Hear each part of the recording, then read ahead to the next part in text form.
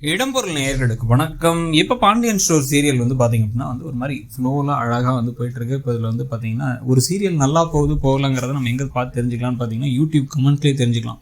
TRP வரைக்கும் கூட wait பண்ண தேவையில்ல. அந்த சீரியலில் போய் பார்த்தீங்க அப்படின்னா வந்து கமெண்ட்ஸில் கடன்னு பாசிட்டிவாக நிறைய விஷயங்கள் இருக்குது. அதாவது முதல் பாகத்தை விட ரெண்டாவது பாகம் நல்லா இருக்குது. முதல் பாகம் அவ்வளோ பெரிய சக்ஸஸ்ஃபுல்லான பாகம், அதை விட நல்லா இருக்குல்ல அப்படின்னு நிறைய பேர் கேட்குற கமெண்ட்ஸ் வந்து பார்க்க முடியுது. அதுக்கு அத்தனை லைக் வந்துருக்குது.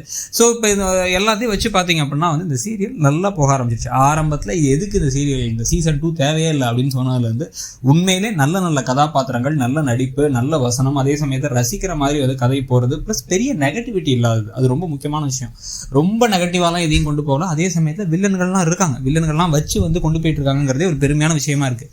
ஸோ இதெல்லாம் வச்சு இப்போ இந்த கதை போயிட்டு இருக்கும் பொழுது இப்போ வந்து பார்த்தீங்க அப்படின்னா அடுத்து நம்ம என்ன எதிர்பார்க்குறோம்னா அந்த கதையில் ஒரு சீரியஸான ட்விஸ்ட் வரணும் அப்படின்னு எதிர்பார்த்தோம்னா வந்து அது தங்கமயில் மாற்றதாக தான் இருக்கணும். இல்லைனா வந்து ராஜியும் கதிரும் வந்து பார்த்தீங்க அப்படின்னா அவங்கள பற்றிய உண்மைகள் வெளில வர்றது. அதாவது அந்த ராஜியும் கதிரும் கல்யாணம் பண்ண சூழ்நிலை என்ன, பணத்தை தூக்கிட்டு போனது கண்ணன் தான் அப்படின்னு சொல்லிட்டு அந்த பணம் திருப்பி கிடைக்கிறது, இதெல்லாம் தான் முக்கியமான விஷயம். அதுக்கு முன்னாடி இப்போதைக்கு தங்கமயில் உடனடியாக மாட்டாமல் தங்கமயில் இந்த வீட்டில் அப்படியே கொஞ்சம் கொஞ்சமாக பழக ஆரம்பிக்கிறது. தங்கமயில் அவங்க அம்மா சொல்கிறது அப்படியே கேட்கறது.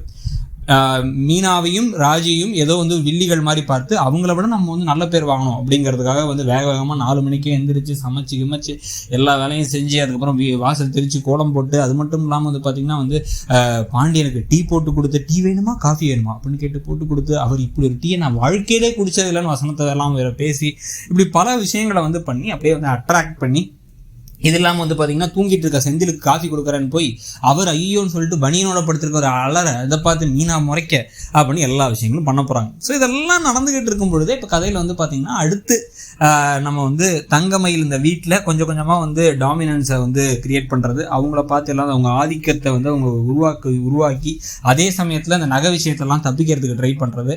இதில் கடைசியாக வந்து பார்த்திங்கன்னா வந்து நகை விஷயத்தில் அவங்க மாட்டணும்னா அது ஒரே வழி, அது குழலிகிட்ட தான் இருக்கும்.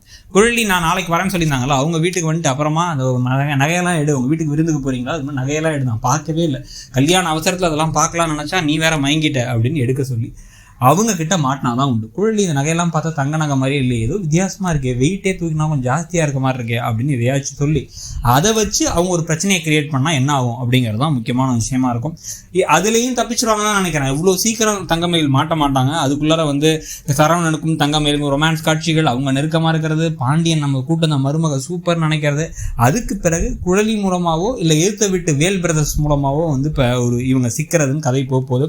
இதுக்கு நடுவில் கொஞ்சம் ஜாலியான ட்ராக்ஸ் தான் கம்ப்ளீட்டாக போகுது. இதில் வேற வந்து நிறைய பேர் வந்து இந்த கதிர்ராஜோட சின்ன ரொமான்ஸ் போர்ஷனே ரசிச்சு கொஞ்சம் நல்ல பெரிய ரொமான்ஸ் போர்ஷனாக வைங்களா, அவங்க 2 பேரும் சேர்த்து வைங்களாங்கிறாங்க. அதை பற்றி உங்களுடைய கருத்து என்னங்கிறதையும் சொல்லுங்கள். தேங்க்யூ. இடம்பொருள் நேயர்களுக்கு வணக்கம்.